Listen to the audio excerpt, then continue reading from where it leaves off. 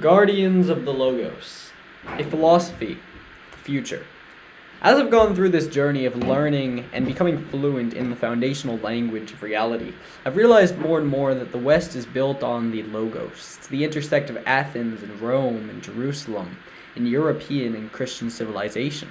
The legacies of Plato and Pythagoras and Jesus and Moses and Isaiah and Paul and Augustine and Aquinas and Anselm and Newton and Leibniz and Columbus and Jefferson. This is what we're fighting to protect. The net sum of holiness emanating from this tradition far surpasses anything else in the world. The net, as Greg Wilford said, while the West is being captured by the forces of darkness, it is still the case that there is a heartland of freedom and a historical legacy of divine providence. As Augustine points out, there's a dualism between the civilizations, the city of man, a community of people oriented towards material ends, and the city of God, which is a community of people who are oriented towards God, which is not material organization but spiritual. It's the assembly body of believers which creates a higher consciousness, a oversoul identified with God's structure, who can redeem the world. Where even the Christian church and the world's major religions are falling into disrepute, we need a cultural force which represents the oversoul of the West and justifies its values and norms. If we just boycott Bud Light and Target and don't offer an alternative vision of a society built upon the strength and salvation of our Lord God, then what good are we? Augustine's vision of the city of God as the ultimate telos of human existence is admirably fitted to give men fortitude and to enable them to preserve their heavenly hopes even as earthly hopes seem vain, as they might now.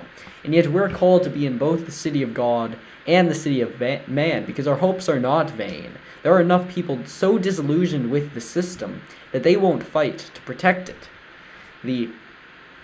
How many people want, truly, the current state of the world? This is why it's so important to articulate and spread our ideas and message, because we can win and secure a better future for our children and reclaim human destiny against the forces of evil and parasitism. We are in the driver's seat. In society, this is a major problem. It's no longer encouraging people to take charge of their own destinies. And large bulk of military men are saying, we're done with bread and circus. We don't want porn and weed and football. We want every word coming out of the mouth of the living God. I was watching Andrew and Tristan Tate's emergency meeting on Rumble, their first since their fake imprisonment, and there are 400,000 people tuning in live. People are eating this up. So there's a market for this. We can articulate an alternative vision for human destiny, and we can win. Show up for God. Show up for your ancestors, your fathers and their fathers and their fathers who built Western civilization and everything it stands for. Deny yourself, take up your cross daily, and follow God. We can win. How do we do this? We must make recourse to both St. Augustine, who was writing in a time of civilizational decline during the fall of the Roman Empire, and is very focused on this because the CTMU and its allies must take up the mantle of the Holy Catholic and Apostolic Church founded on Simon Peter, the cruciform theocracy, the kingship of God on this earth, because the Catholic Church is now veritably a part of the global power structure. And so we have to have a meta-religious structure whereby all humanity who are on the side of God and morality will be one united force against evil. But also, we must make recourse to Plato, who understood deeply how to apply the form of the good to the organization of society. Looking back at Plato's Republic, and what he realized is that to ensure the good functioning of a society, you need a class of guardians, people who unite spirit and nobility and philosophy and strength into a new and reformed kind of being who can uphold and defend the public good. For the CTMU to spread, we need guardians of the Logos. Those who understand the CTMU and why it must prevail, they shoulder the weight of Logos against the forces of evil and the principalities of darkness. Chris Langan says we need something like a new priesthood of hyper-intelligent, highly educated people who are fluent in the foundational language of reality. I've provided the language, but now we need someone who's actually willing to put their nose to the grindstone and become fluent in it.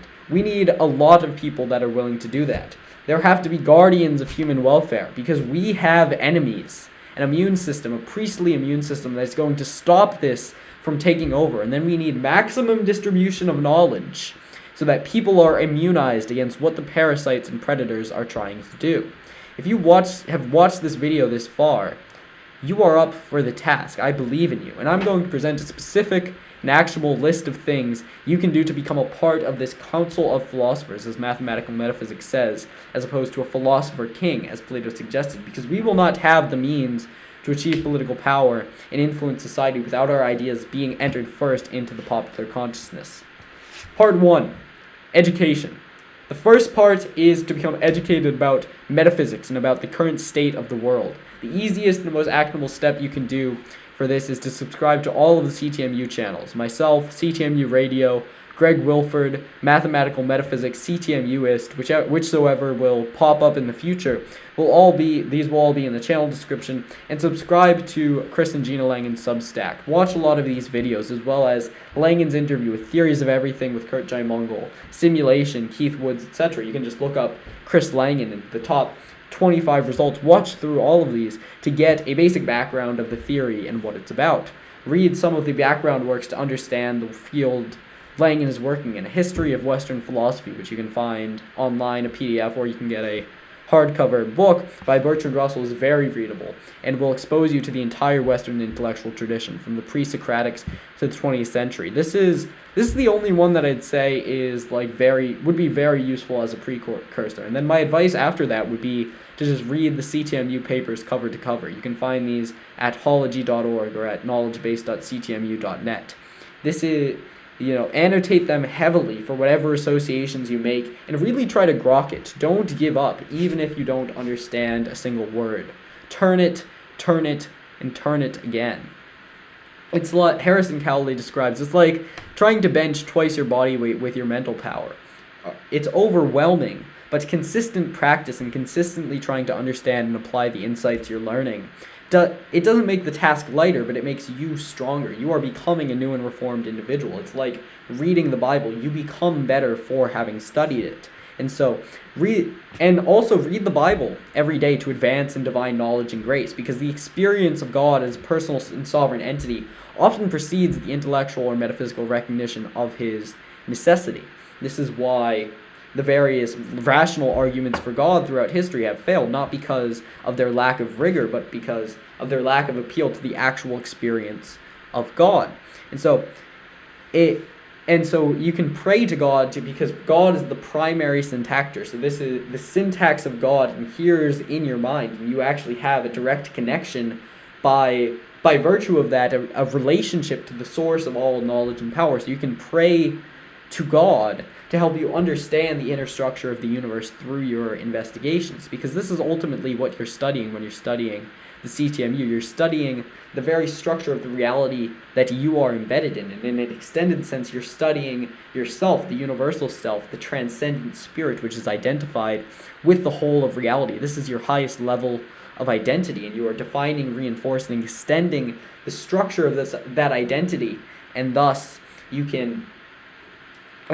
have a basis for salvation, because you are comporting yourself with the teleology of God, which is to know and understand himself, and to love and to serve him. And if you've stopped going to a church, a mosque, a synagogue, try going at least once a week. We're not looking for mere intellectual speculation. We're looking for moral and spiritual specimens who are disciplined and can show up for things. So this is why you should attend religions even if you don't agree with all of the doctrines. Who cares? We're looking for moral and intellectual specimens to reclaim the world from the rules of darkness. And as your spiritual growth through this practice blossoms along with your metaphysical knowledge, you will notice you'll begin to have a greater understanding of reality and how you ought to interface with it. Because what you are studying and forming a relationship with is the mind of God. And you realize that God is not a force, God is not an idea, but a person who relates to you as a sovereign entity and expects the best from you.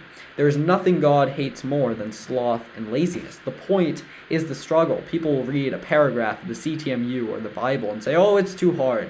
Don't give up. Persevere. As you're working on learning the CTMU, if you're subscribed to the Substack, you can check on ctmu.knowledgebase.net for Chris's answer to basically any question you can think of. It's an enormously helpful tool. There are something like 900 questions answers. Part 2, gymnastics. Getting good physical shape. take care of your mind and body. As Andrew Torba says, we need wartime pastors, ones who sing the Psalms while lifting weights and preaching on the verses soy pastors skip over to not offend anyone. Get strong and lean and fast. Go to the gym every day. Eat healthy. Have your chicken and broccoli and skip over all the processed crap.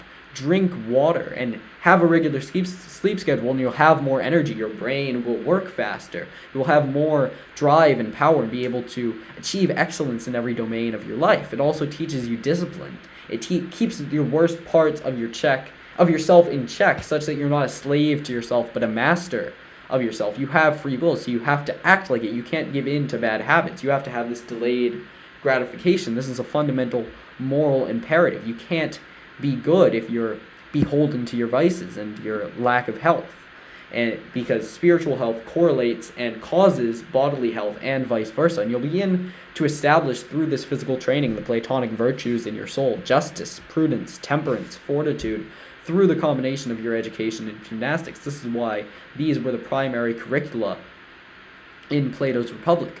Chris Langan himself is said to have been able to bench 400 pounds in his prime. The guardian must toil, I think even more actually. The guardian must toil in both education and gymnastics to achieve the highest form of knowledge, which is that of the integrated self. Part 3, family.